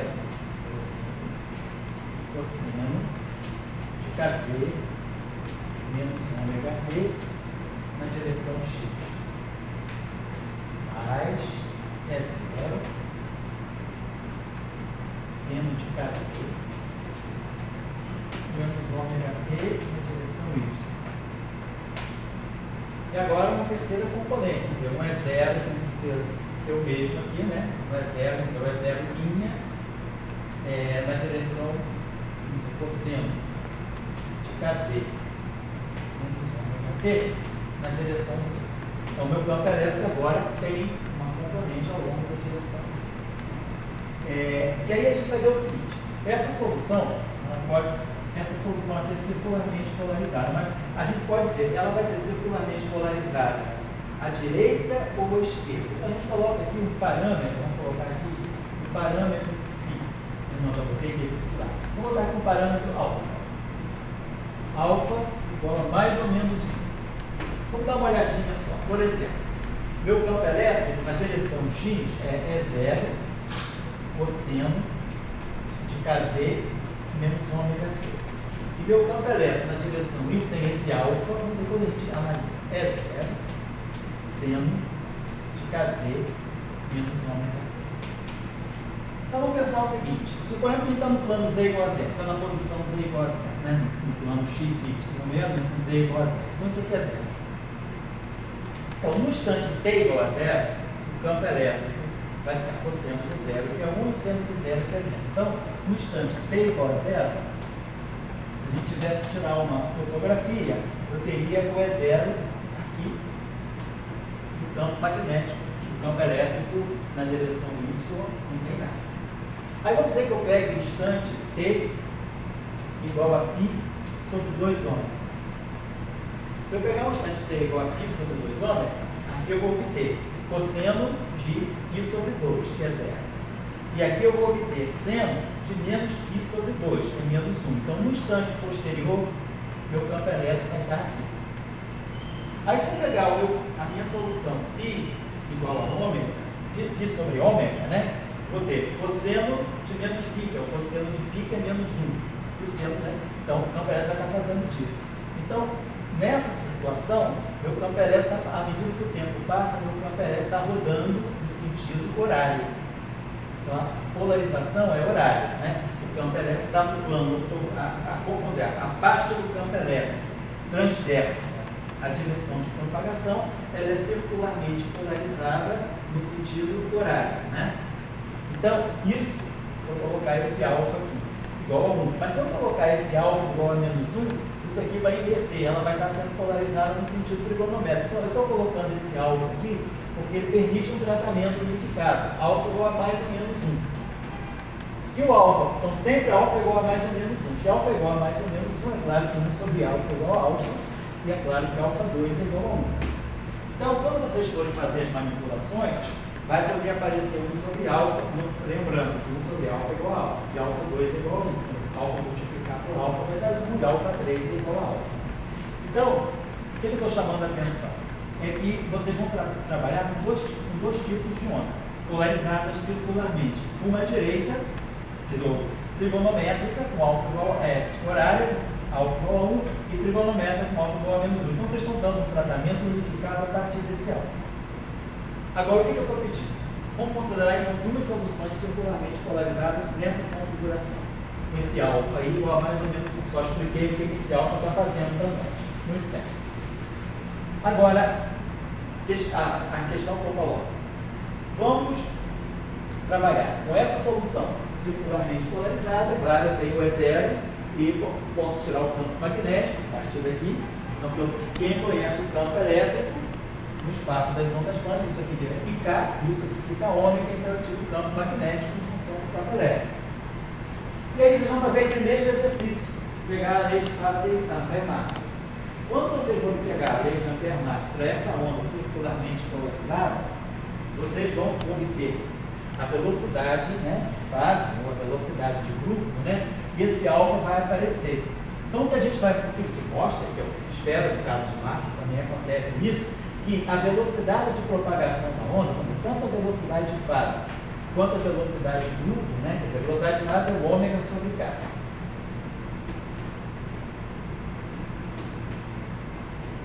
E a velocidade de grupo é d ômega dk.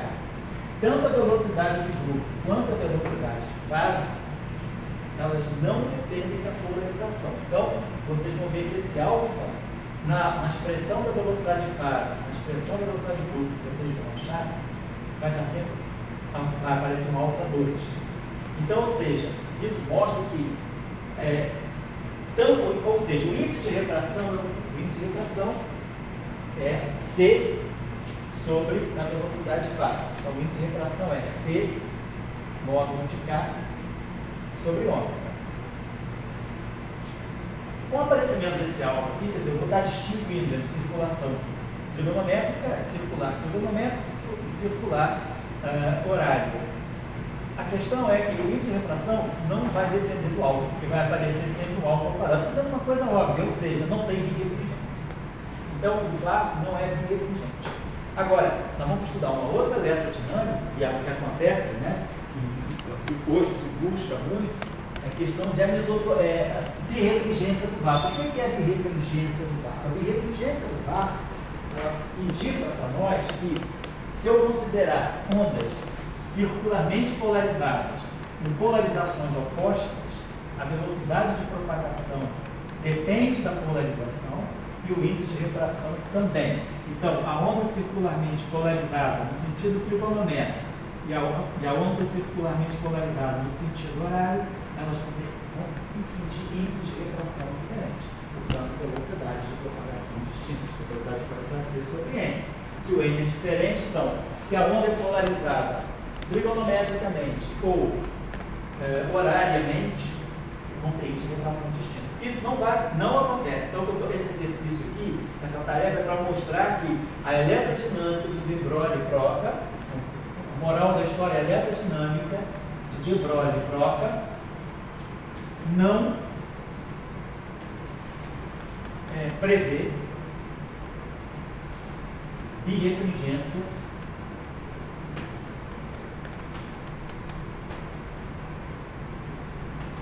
do VAR. Aqui tem uma história muito, não é trivial. Vamos explicar o que está acontecendo. Que vácuo é esse? O vácuo da eletrodinâmica. O vácuo, né, eu estou falando de ondas eletromagnéticas, e o vácuo da eletrodinâmica, naturalmente, é o vácuo de Dirac, o vácuo quântico de Dirac, com elétrons e pósitrons virtuais, quarks e antiquarks virtuais, muons e antimuons virtuais. Só que quem é mais acessível, quer dizer, as partículas, a partícula carregada mais leve do modelo padrão é o elétron. Depois vem o muon, né? Depois os quarks já têm massas maiores, né? Mas o elétron é a partícula mais baixa de energia, mais baixa massa de repouso. Então, se a gente manda um laser com muita intensidade para o vácuo, esse laser com muita intensidade ele pode ceder tanta energia. Qual é a energia de criação de um vácuo elétron-pósito? É aproximadamente um MeV, que é a massa de repouso do elétron e a massa de repouso do pósito, 0,5. 0,511 MeV. Então, para eu produzir um vácuo de elétron-pósito, eu preciso pelo menos de um MeV de energia. Um MeV de energia, se a gente for olhar a equação de Planck, né, HI igual a E. Então, se eu tenho energia aqui de um MeV, e a minha constante de Planck é 6,34, né? Vezes 10 a menos 34, eu acho que é 6,32, 6,32, é 6,5. 6,6 vezes 10 a menos 34, tchau, cara. Tchau, cara. Você pode olhar a constante de Planck de unidade de Tchau, é 10 a menos 6 a menos 3,67, menos 34, né? Mas é 66, 6,66 ou 67? Eu acho que é 67. Hã? 67, né? Eu acho que é. Gostei do desafio. Então, 6,67 vezes 10 a menos 34 joule por segundo. Lembrando que o joule o eletron-volt é 10 a menos 19. O joule é 10 a 19. O eletron-volt é aproximadamente 10 a menos 15 elétrons-volt por segundo. Isso é o H. Aqui média é 10 a 6, né? 10 a 6 nós vamos ter uma frequência de 10 a 21 Hz. Então, para eu produzir, obrigado, gente. Para eu produzir um par elétron-pósito, eu precisaria de um fóton de pelo menos 10 a 21 MeV, portanto 10 a 21 Hz. É uma super raio gama. Raio-X vai até 10 a 17, 18, então é um raio gama. Então, se eu pegar a gama, quer dizer, eu consigo pegar o fóton e criar um par elétron-pósito. Só que esse processo aqui viola a conservação de energia no momento, né? um fóton sozinho não pode criar um par eletrocompósito, porque eu viola a conservação de energia e momento simultaneamente. Eu preciso ter pelo menos 2 fótons. Mas se eu pensar que isso aqui é um processo virtual, né? Estou falando de um fóton, né, que vai criar um par virtual. Então, o vácuo quântico é isso, são elétrons pósitons virtuais. Então, o fóton de 10 a 21 Hz, ele, quando passa no vácuo, ele interfere no vácuo. O vácuo de micro-ondas, você pegar uma micro-onda, uma luz azul, uma luz visível, jogar no vácuo, que é a frequência que é 10 a 15 Hz. Então, eu estou 6 ordens de grandeza abaixo da produção de um par.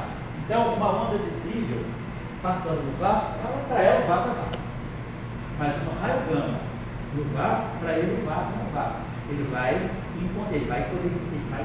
encontrar elétrons e postos, ele vai ter um índice ele pode ter um índice de refração, ele vai sentir, né? Porque o raio gama ele já vai começar a sentir a estrutura do vácuo. Então eu já não tenho mais um eletromagnetismo linear, eu já tenho que ter algum efeito de não linearidade. Mas o que eu estou querendo chamar a atenção? É que a birrefringência do vácuo está nesse fato. Então eu tenho vácuo. Como é que pode uma onda polarizada num sentido ou polarizada no outro sentido diferir uma da outra pelo índice de refração ou pela velocidade de propagação? Isso mostra, então, um vácuo birrefringente. Mas se o vácuo é birrefringente, isso deve ter alguma origem. Qual é a origem da birrefringência do vácuo? As equações de Maxwell não dão vácuo birrefringente. As equações de Maxwell elas dão direto índice de refração do vácuo é igual a 1, independentemente da polarização. Então, tem uma física que pode ser discutida ou que pode ser melhor identificada se eu consigo medir a birrefringência. Então, hoje a gente tem vários experimentos, né, importantes, né? Tem o PVLS, que ele foi da Universidade de Padova, Ferrari, agora está no sério. Polarização do vácuo por laser. Tem o experimento da França, que é o BNV, depois tem na Alemanha, tem o Lichtstein. Então a gente tem outros. Então nós temos vários experimentos tentando, usando lasers altamente potentes, tentando medir a birrefringência do vácuo. Porque se o vácuo apresenta birrefringência, ou seja, não é o caso de de Broglie-Proca, eletrodinâmica de Maxwell e eletrodinâmica de Broglie-Proca, vão provar aqui, não apresentam birrefringência do vácuo. O índice de refração das ondas circularmente polarizadas à direita e à esquerda, porque no caso de Maxwell, né, é sempre 1. No caso de Broglie-Proca, o índice de refração vai depender, vai ter é menor que 1, vai depender da frequência. O índice de refração depende da frequência, mas não depende da polarização, não depende desse alvo. No caso de outras eletrodinâmicas, a gente pode ter uma birrefringência do vácuo. Ou seja, a diferença de polarização incide na diferença de velocidade de propagação da onda. E isso, como está dizendo, tem uma nova física. Que física é essa? Da onde é que vem essa birrefringência? Qual é a correção que eu tenho que fazer nas equações de Maxwell para detectar a birrefringência? Então, essa é uma questão importante. Não é uma questão assim, simplesmente exploratória hoje. Ela é mais do que exploratória, é uma questão exploratória porque a gente ainda está buscando a birrefringência do vácuo nesses experimentos. Tem que aumentar a precisão. Mas a busca de birrefringência do vácuo, na verdade, é a busca de alguma física que não está contemplada pelo modelo padrão. É a busca de física além do modelo padrão. E aí a gente pode perguntar, a origem da birrefringência do vácuo, ela pode vir de efeito quântico da gravidade? Ela pode estar vindo de efeito de dimensão extra, pode estar vindo de alguma anisotropia. Talvez a gente possa dizer que exista uma anisotropia intrínseca ao espaço-tempo, uma espécie de um éter. Então, é o que a gente vai estudar, vamos estudar um novo conjunto de equações e eu termino essa parte de de Broglie-Proca, né, deixando essa última tarefa, que é mostrar que de Broglie-Proca não prevê birrefringência do vácuo. O exercício é esse. pegar ondas circularmente polarizadas nos dois sentidos opostos, nas duas polaridades, né? Left e right, e mostrar que o índice de refração ou a velocidade de fase não depende desse ângulo. Bom, e aí, então a gente sabe que essa eletrodinâmica de de Broglie não é uma física tão nova assim. Afinal de contas, nos supercondutores, né, na supercondutividade, a gente tem foco massivo. Bom, a questão é, agora, né, será que realmente a equação de de Broglie, essa eletrodinâmica de de Broglie, ela pode também ser testada, né? Então, agora existem experimentos com satélites, né, que vão detectar nas regiões mais próximas do Sol, Mercúrio, Vênus, né, possíveis pequenas desvios da equação de Ampère-Maxwell. E aí, pequenos desvios da equação de Ampère-Maxwell, eles podem, aí isso significa o quê? Como é que eu vou detectar isso no laboratório terrestre? Onda que vai chegar aqui em diferentes frequências, né? Elas podem ter sido ondas emitidas no mesmo instante, mas aí uma luz violeta e uma luz amarela, devido ao fato das velocidades de propagação serem diferentes, quer dizer, a velocidade de propagação, a velocidade de fase agora, no de Broglie, o ômega, né, depende a frequência depende do comprimento de onda. Então, uma onda de uma cor é mais rápida que uma onda de outra cor. E aí tem um delay. As luzes de diferentes frequências vão chegar defasadas.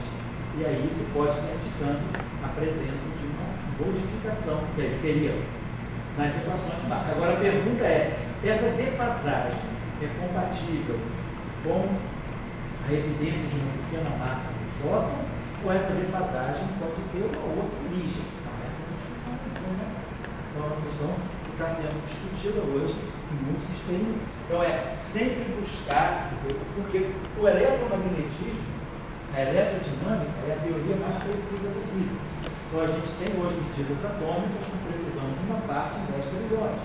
Então, o momento de polo magnético e elétrico, a razão giromagnética é medida com uma precisão de uma parte em 10 trilhões. O momento de polo magnético do Lua é medido com uma precisão de uma parte em 100 milhões. Aquela diferença de níveis, né, que a gente chama de lamp shift também, é medida com uma grande precisão. Então, a gente tem medidas de altíssima precisão na eletrodinâmica. Então, nada mais justo do que usar a eletrodinâmica com as suas medidas de precisão muito refinadas para detectar possíveis violações do modelo.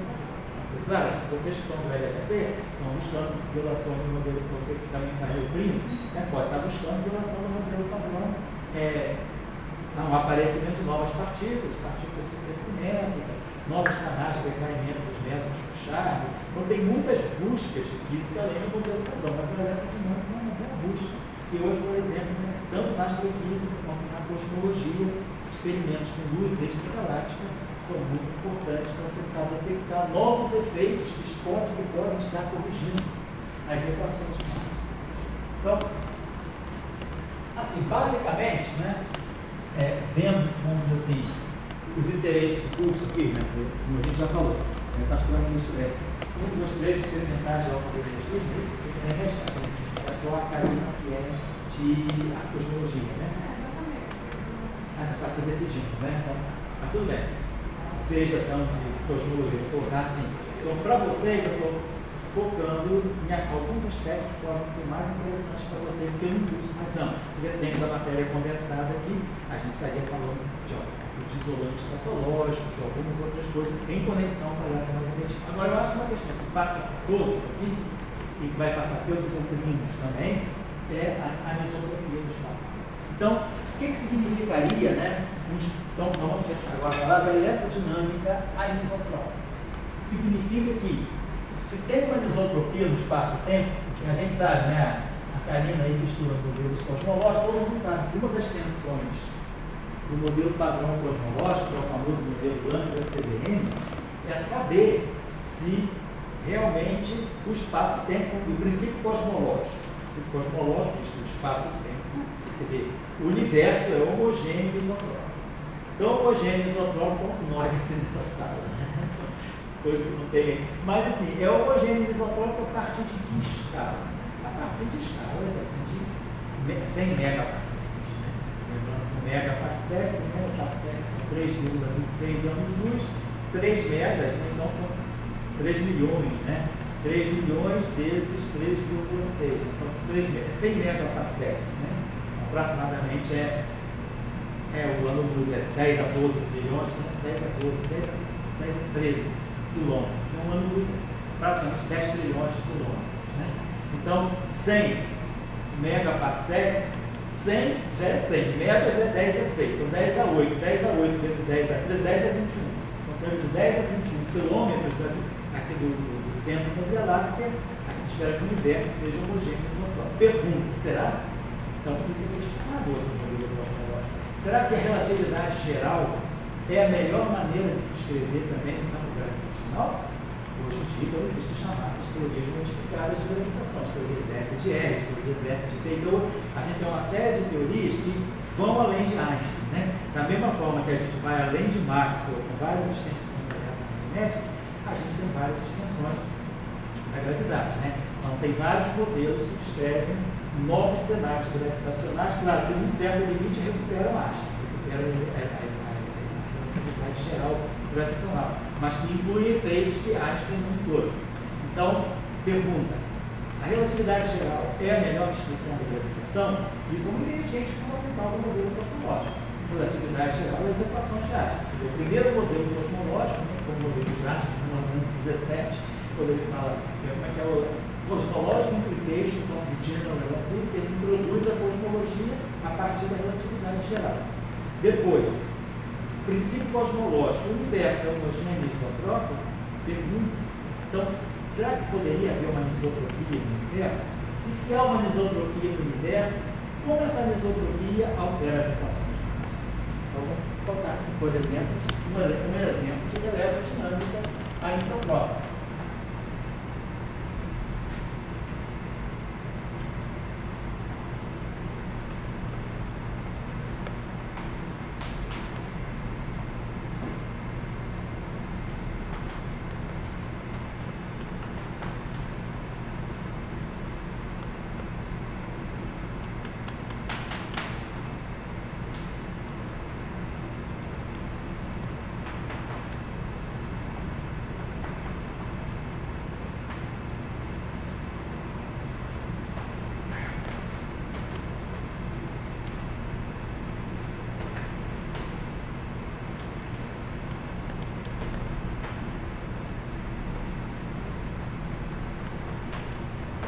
Então, essa eletrodinâmica, ela foi construída a partir de 1989 com o advento das teorias de cordas. A pergunta é, se nós estamos falando de um universo, né, de uma física fundamental que é descrita pela teoria de cordas, a pergunta é, a teoria de cordas é capaz de gerar as 4 interações. Essa é a arrogância máxima, né, dos cordistas. Né? Nós vamos gerar toda a física conhecida, toda a unificação dentro da teoria de cordas. Então, a pergunta é, qual é o eletromagnetismo que sai da teoria de cordas? Então, um dos eletromagnetismos que sai da teoria de cordas, que nós vamos falar aqui também, é o eletromagnetismo de Bohr-Niffer, que foi estudado por Bohr-Niffer em 1934, 90 anos, mas que foi redescoberto pela teoria de cordas em 1997. Então, 57 anos, 60 anos, né? Bom, agora, existem outras eletrodinâmicas que a teoria de cordas pode gerar no limite de baixa energia, que é essa chamada eletrodinâmica de Kerr-Efeito-Shakir. Então, dessa eletrodinâmica, existem duas grandezas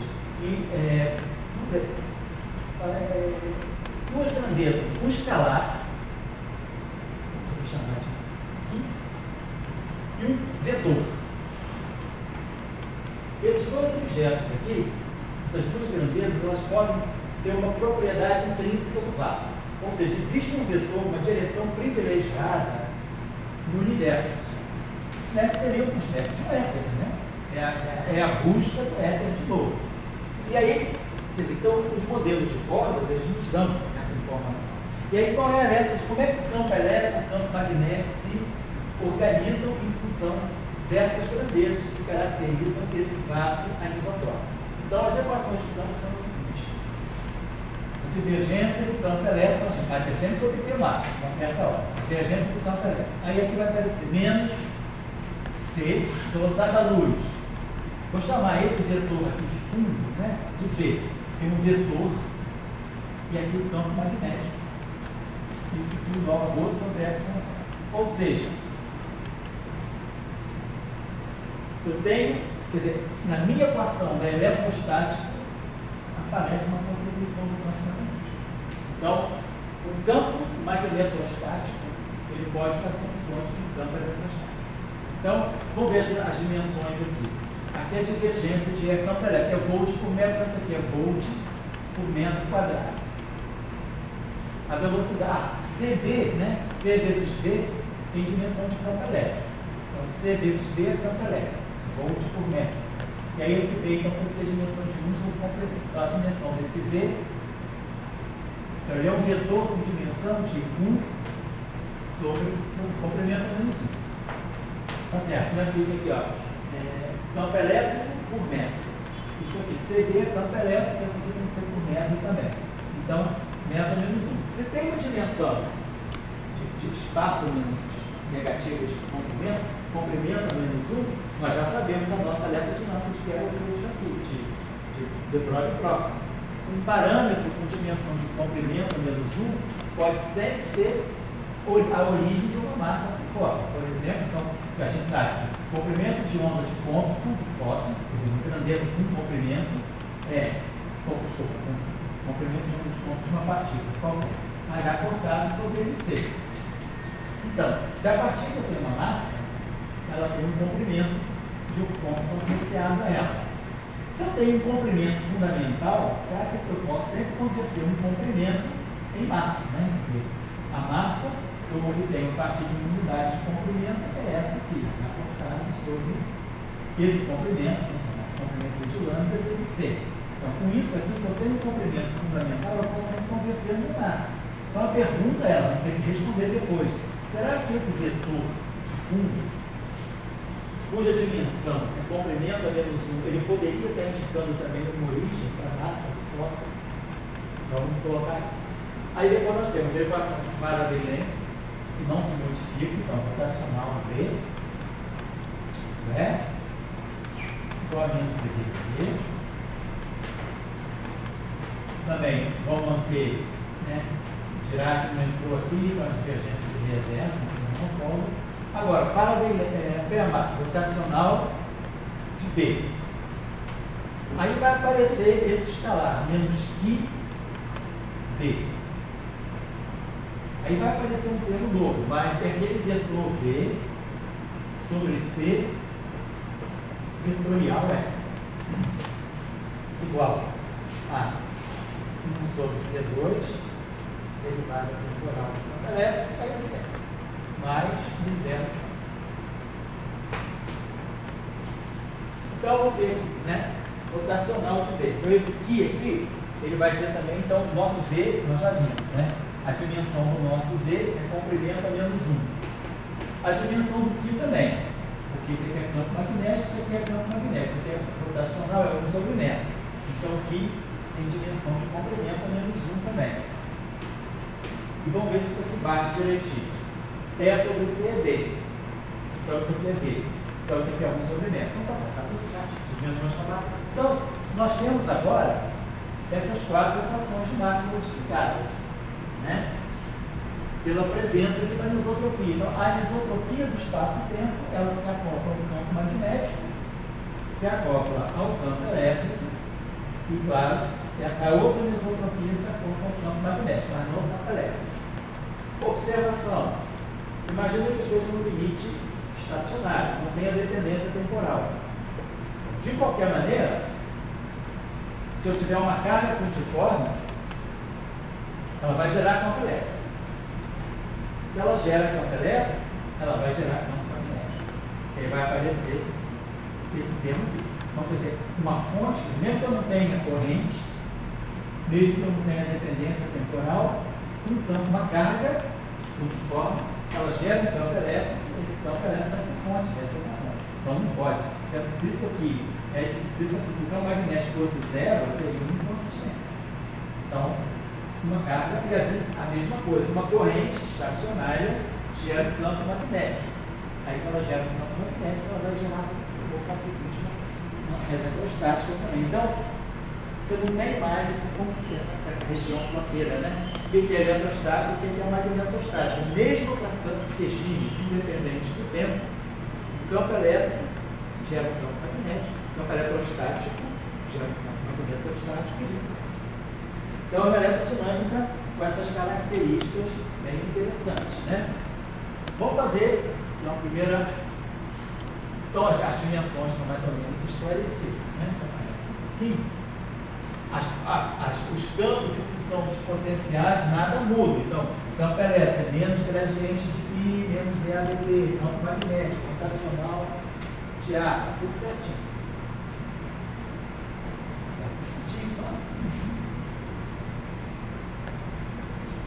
Vamos primeiro, o que a gente fez lá com o Vibrolio e Croca?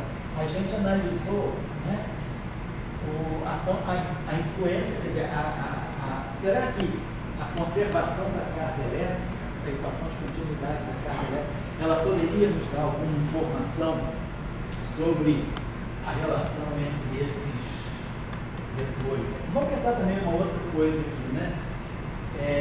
Bom, aqui está tudo é dependente disso, do campo. Tá certo. Vamos fazer o seguinte, vamos tirar a derivada temporal. Se a gente tira a derivada temporal, eu estou tirando um derivado. Se a gente tira uma divergência aqui, a gente está tirando uma divergência de J. Então vamos ver como fica, né, esses vetores, né, V e o escalar aqui, em função da conservação da carga. Não quero, quer dizer, conservação da carga para mim é uma lei de, vamos dizer, a ser respeitada. Eu não estou violando a conservação da carga. Se a gente tirar a derivada temporal aqui, a gente vai ter divergência. Por que a gente está fazendo isso? Porque no caso da eletrodinâmica de Vibrolio e Croca, a gente mostrou que, como consequência das equações de campo e da conservação da carga elétrica, a gente tinha uma condição subsidiária entre os potenciais. Um sobre C ao quadrado, do outro lado temporal, e uma divergência de R igual a zero. Aqui, o que eu tenho de parâmetro este? Eu tenho esses novos parâmetros, a anisotropia do lado. Tem uma direção privilegiada que se acopla com o campo magnético que não aparece dessa forma. E tem um escalar que pode estar descrevendo também alguma propriedade desse vácuo. Quer dizer, esses objetos, essas anisotropias, elas devem ser resultados de uma física mais fundamental. Qual é a física mais fundamental que está por trás dessa anisotropia?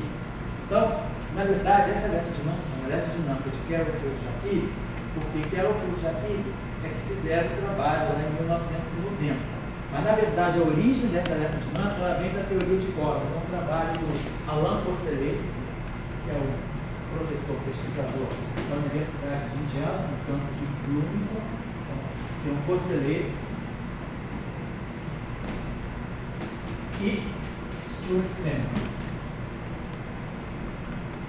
Eles têm um Physical Review de 1989, no qual eles mostram que a origem dessa anisotropia é a teoria de cordas. Então, se você considera que o teu universo, que a física mais fundamental que você tem é uma teoria que envolve cordas, né?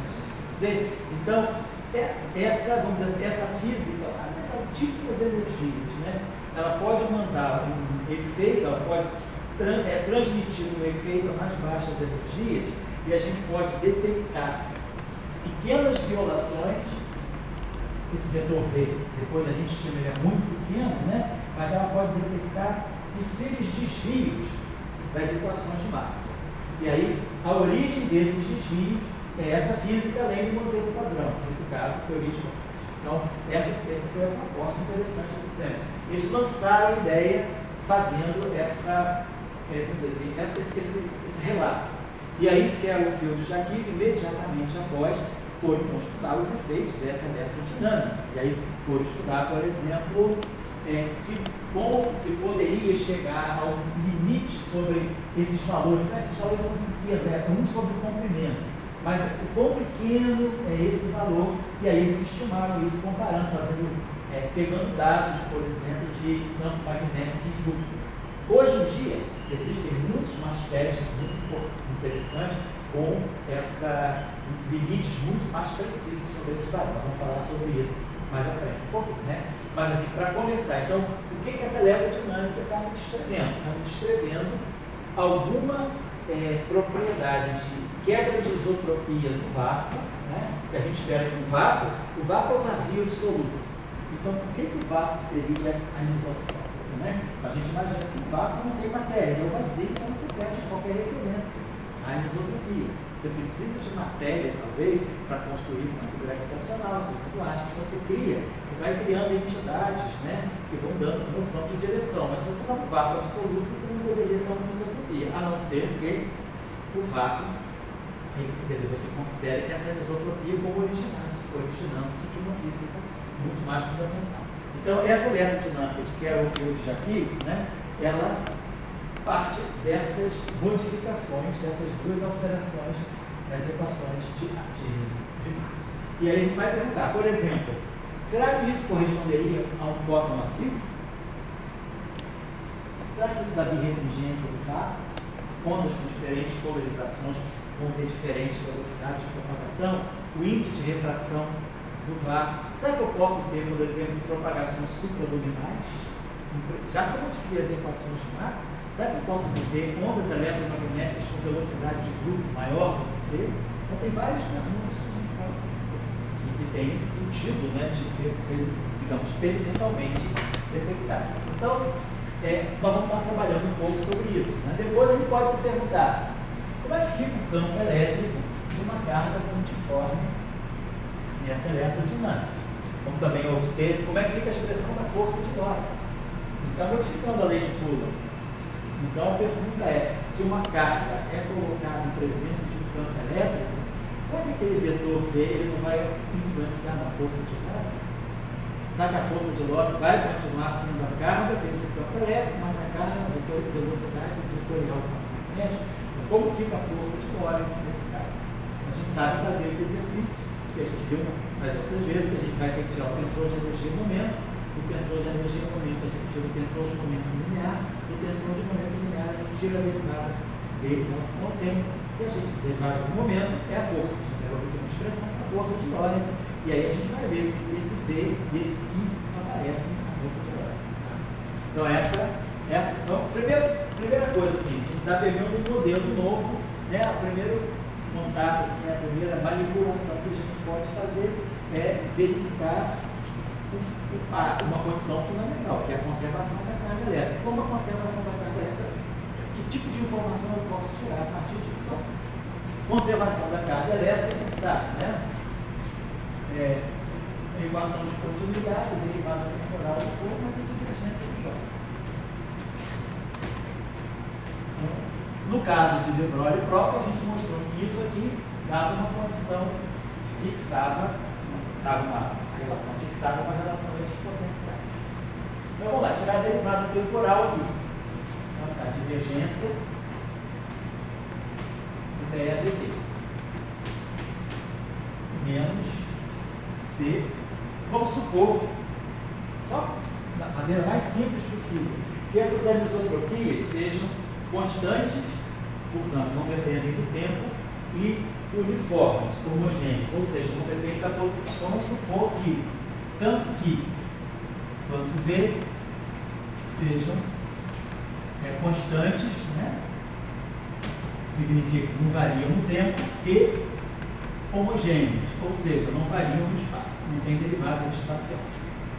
São completamente constantes. Claro que essa hipótese simplificadora só para a gente ter uma primeira ideia. A gente pode fazer a suposição de aí se esse V depender da posição. Se eu tiver uma anisotropia que é local, cada região do espaço a anisotropia não é a mesma, né? Pode se perguntar. Por enquanto, nós estamos dizendo, não tem derivada temporal nem derivadas espaciais. Então a derivada temporal vai passar diretamente para o dBdt.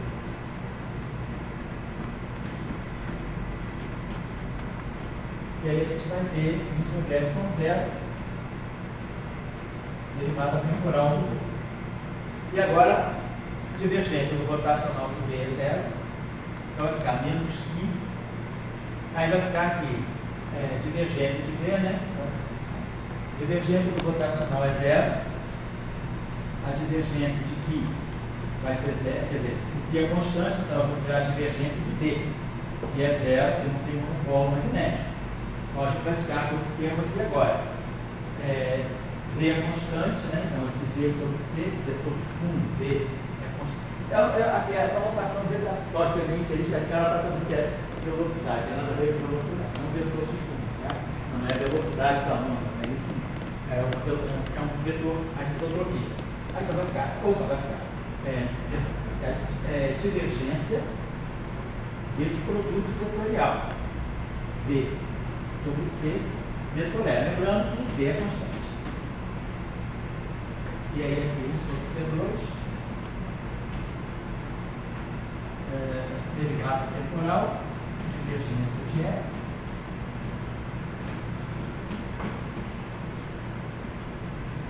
margem zero, divergência de J.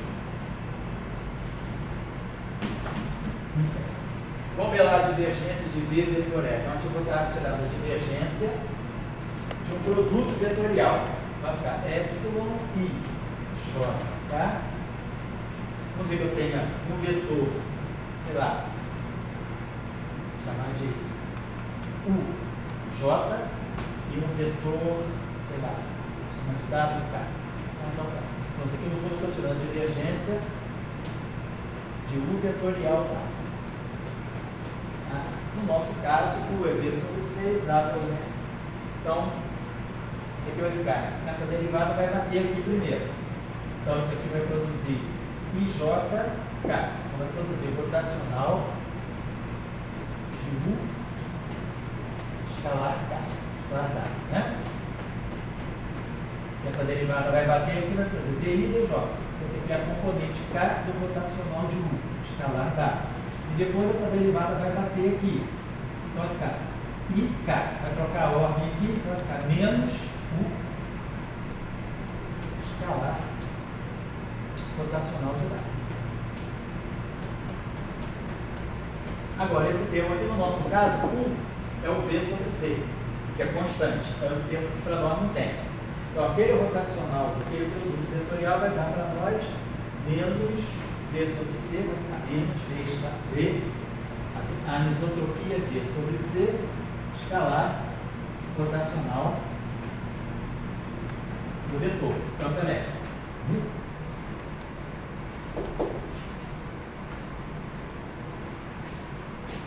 Igual a 1 sobre C ao quadrado. Eu tenho alguma coisa, né? 1 sobre C ao quadrado, derivada temporal da divergência de E, mais 1 zero, divergência de J. Vamos fazer o seguinte, né? Para poder reconstituir a equação de continuidade, eu deveria ter divergência de J. Então eu vou dividir essa equação aqui por μ0. Então, 1 sobre μ0 C. Aí aqui, esse 1 sobre C2 é μ0 ε0. Então, se eu dividir por μ0, a equação é ε0, certo? Era 1 sobre C2, que é μ0, estou dividindo tudo por μ0. E esse μ0 aqui soma. Para ficar limpinho, divergência de J. E essa aqui eu vou multiplicar por ε0.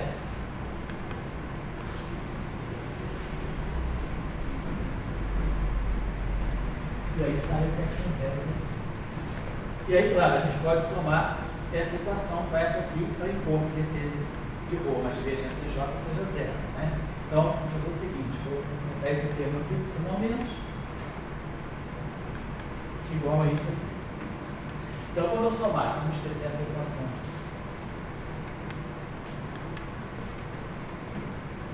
Então, quando eu somar essas duas equações, eu vou estar impondo a conservação da carga elétrica.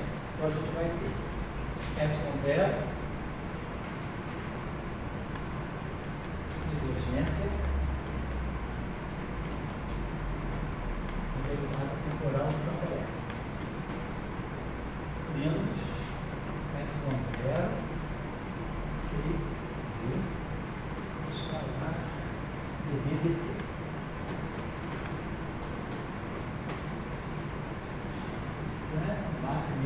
somando as duas equações, né? Então, estou somando isso com isso. Menos V sobre miséria C, rotacional escalar, rotacional do campo elétrico.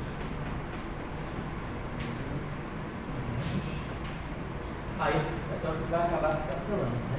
Epsilon zero divergência de BNT, está aqui, menos esses dois aqui se cancelam, é isso?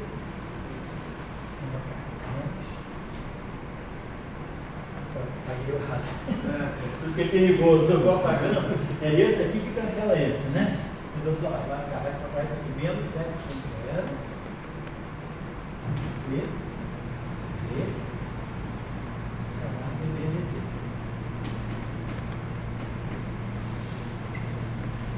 Esse rotacional também, professor, você pode trocar. Qual? O rotacional aqui, como fora de lens ali, já cancela esse Isso. termo.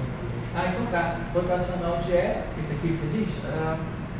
Da minha lente de TV. Porque rotacional de E é menos dB dt. Isso. É só que aqui tem uma diferença. Tem esse C2 aqui, né? Acho que vai ser isso mesmo, né? Porque menos dB dt. Então esse termo aqui ficou, né? Então, esse termo aqui cancelou com esse, não é isso? E o que você está dizendo é que esse termo cancela com esse. Vamos ver só. É isso aí. Então, exatamente. Porque V, vamos pegar epsilon zero, se eu divido, então eu vou fazer o seguinte, eu vou dividir tudo por C, né? Vamos dizer assim. Então esse termo aqui já cancelou com esse. Tá? E aí eu vou dividir isso aqui, se eu somar isso com isso, né? Está dando zero. Mas eu vou dividir tudo por C. Então 0 por C é C. Então eu divido isso aqui por C. Então aqui vai ficar C2. Dividir esse aqui por C, esse aqui fica C2. C2 é Mi0 epsilon 0. E aí vai ficar Mi0, vai cancelar então epsilon 0. Você tem menos dB dt e não cancela. Bravo! 0 igual a 0. Então significa que não tem nenhuma condição de princípio sobre os dois. Quer dizer, que eu não estou me dando nenhuma inconsistência. Então colocar essas anisotropias aqui dessa forma, elas não geram nenhuma incompatibilidade com a equação de conservação da carga elétrica, ou seja, não violam a conservação da carga elétrica. Isso, de uma certa maneira, já está implícito. Por quê? A equação só depende dos campos, não depende dos potenciais. Então, as equações, como nós discutimos na aula passada, a discussão da simetria de Gauge, da simetria de calibre, as equações elas são invariantes de Gauge, invariantes de calibre. A invariância de calibre é fundamental, quer dizer, na verdade, a invariância de calibre segue da conservação da carga elétrica. Então, a carga elétrica está sendo conservada, mas essas equações não violam a conservação da carga elétrica, mas também, em princípio, assim, da maneira que elas estão colocadas, né, elas não impõem nenhuma condição, em princípio, sobre, olhando as equações de campo, elas não colocam nenhuma condição sobre os potenciais. A gente tem tudo se mantém igual. Então, o primeiro ponto é a anisotropia, sendo constantes e homogêneas, elas não vão interferir na conservação da carga elétrica. Agora, vamos supor, aí vai ficar tarefa para a próxima aula. Posso adiantar. Tarefa para vocês pensarem. Não tem que pensar, essa aqui é tarefa muito só de realização para essa aula. Assim, tarefa. Suponhamos que agora nós relaxemos essas condições e V passam a ser locais, passam a ser parâmetros locais. O que significa ser parâmetros locais? Depende do tempo e do espaço. Então eu vou ter um que depende de T de x e vou ter um V que depende de T de x. E aí eu vou refazer o mesmo exercício. Vou pegar, na hora do jogo, Botafogo, não, daqui a pouco é o Tião, o Botafoguense já está começando a fazer a concentração. Você pode dizer o Tião para ele vir da cá, eu já estou acabando a aula. Pode falar para ele fazer a aula. Então agora, interessante. Se esses backgrounds, a gente chama de fundos, esses parâmetros de fundo, background, por que eles são de fundo? Eles estão lá no espaço-tempo. A onda eletromagnética chega e já encontra o espaço-tempo, vamos ver, como é que a gente diz? O espaço-tempo viciado. ele já está com anisotropia. Então, a pergunta é, se eu quiser manter a conservação da carga, equação de continuidade, como é que eu faço esse exercício agora, botando uma derivada temporal aqui, e quando eu tirar a divergência aqui, eu vou ter que tirar o gradiente desse cara e vou ter que tirar também o rotacional desse cara. Então agora, a questão é, o que é conservação? Então a tarefa é, esses parâmetros aqui passam a ser locais. Então a pergunta que a gente faz agora, né, é que condições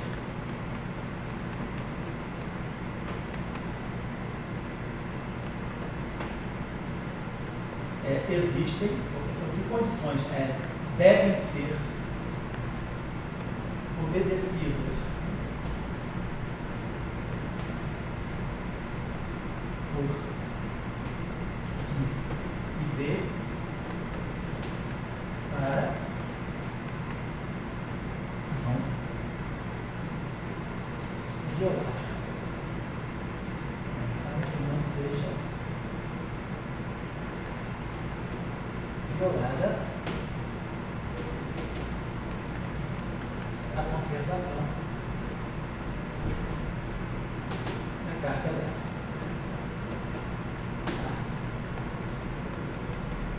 Então, que condições? Então, agora que o Q e o V não são mais constantes, eu vou refazer o mesmo exercício, só que tendo que derivar o V em relação ao tempo, e vou ter que tirar o gradiente do Q e o rotacional de V. Então vai ficar maior. Mas aí a gente vai ver o que pode vir. Será que Q e V podem variar no tempo e no espaço livremente?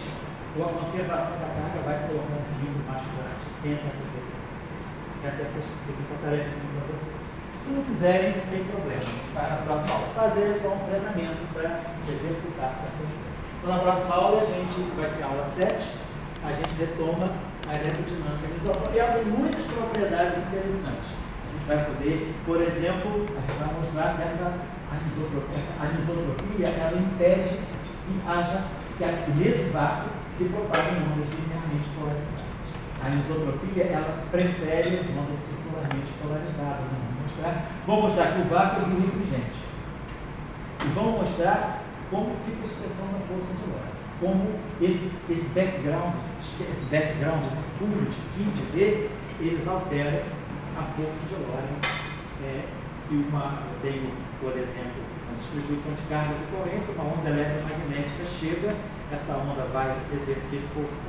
E aí a gente vai ter uma força que não é simplesmente a carga vezes o campo elétrico, mas a carga, a velocidade vetorial do campo magnético. Vai ter uma modificação aí bem razoável. A gente vai entender isso, tá bom? Semana que vem, dia 1º de maio, é feriado, né? Então, claro que não tem aula. E a gente retoma no dia 8, certo? Obrigado a vocês.